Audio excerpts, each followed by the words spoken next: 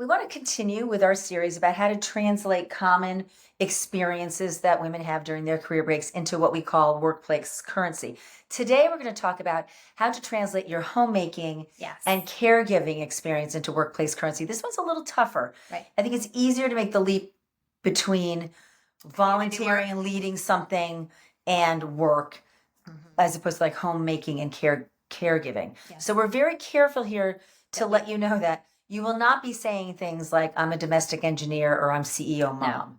And you will not be talking about creating a grocery budget and managing laundry. We both have 4 kids. We know that's a lot of work, but that's not something you want to highlight in an interview because it's really hard to translate that into workplace currency. Yes. Okay. Yes. But we do have 4 examples that we can work through today. We're looking for the most professional skills that you can speak and educate the hiring manager that this was really valuable work. Yeah. So we're going to start with number 1. And so Kelly's going to say the way most people would say it, and then I'm going to try to make it better. Yes. Okay. On the fly. So I oversaw the renovation of my house. Okay.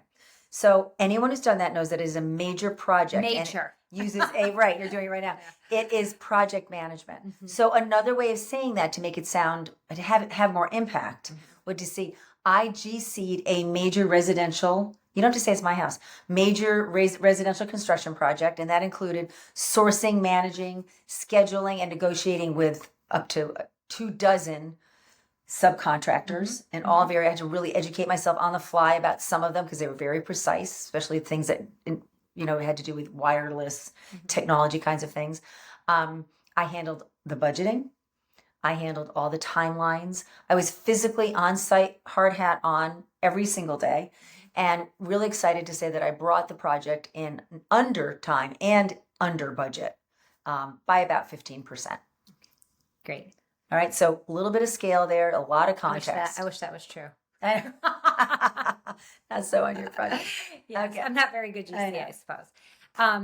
Okay, so this next one is another common thing that many of you are probably doing. And it's really common with students who are either military or their spouse works in a global corporation where they're moving a lot.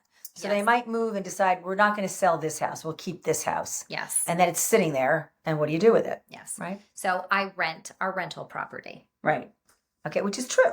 Yeah. There's so much more you can say to that. So I manage a revenue producing short-term rental property. I handle all marketing, all client relations. I handle billing, maintenance, and some light construction and repairs.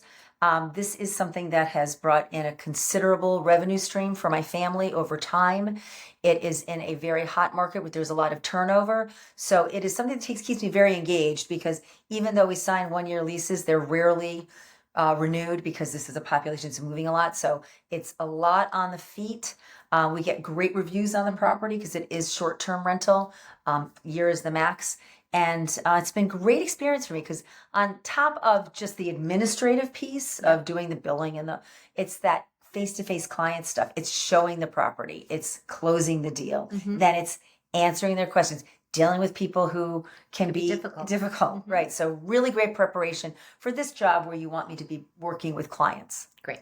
Okay. So you can see how that becomes a story. It gives you context and you have a better understanding of all of the important skills that this highlights and spotlights when because you're sharing them that way. Your first answer wasn't wrong, but it wasn't very colorful, but also it assumes that I know what's involved. Right. And if you've never owned a rental property, I've never owned one, you've never owned one, we wouldn't necessarily know that. So one of the things you've heard Kelly and me both say in these episodes is that we have to educate our audience on what's going on. This is a great example of that. Yes.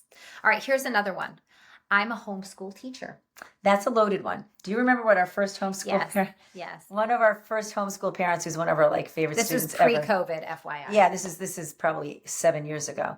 She said, "I'm afraid of putting homeschool teacher on my resume because I'm afraid it's just going to invoke images of girl out in the country with overalls on," which was so ridiculous, especially for someone who wears overalls. But it's true that we have visions of certain things, and so instead of saying that, because so many of our students will become homeschool educators. Many of them already are when they come to us. When they come to us. Many of you out in this audience. And a lot of them are doing it either because they move very frequently or they have a child whose needs aren't being met. We see that even more. Absolutely. So Homeschool doesn't really help the conversation, or it doesn't really elucidate things. So just say something like, I'm a special needs middle grade educator. I do curriculum design and development across all academic subjects. I bring together other instructors and provide my lesson plans and my curriculum for other instructors. I also advocate at the state level to make sure that appropriate resources are made available and support is made available for students and their families who are struggling with learning disabilities. So this has been a great opportunity for me as an educator to create curriculum, to develop, to pitch, because I'm bringing other groups together and pitching my curriculum, to lead events. Community building is another piece of this, but also the advocacy piece. Getting in front of the state legislator to advocate for some technology aided learning devices in the public schools has been a really great experience for me, and something that I think will be translatable into this job. Right. So again, it's telling the story, it's showing it, it's bringing it to life, rather than just being, I'm a homeschool educator. This is something that I do. Okay. The very last one for this topic. I take care of my elderly parents. That's something that That's something that a lot of this audience probably does. Yeah. And a growing number of them. Yes. So again, it's a truthful answer, but it's not really, for someone who hasn't taken care of elderly parents, maybe not clear enough. So I am power of attorney and executive for my parents and their parents' estate. I liaise with all of their healthcare clinicians. These are two people who are quite ill. So I have a number of liaisons that I'm managing at any given time. I also do all of the interaction with the insurance companies, with Medicare, with supplemental insurance. So negotiating rates, challenging declines on certain denials on certain claims. And then, of course, working with our attorneys because of all the estate complexities as well. So as I look at what I'm doing, it's high level administration.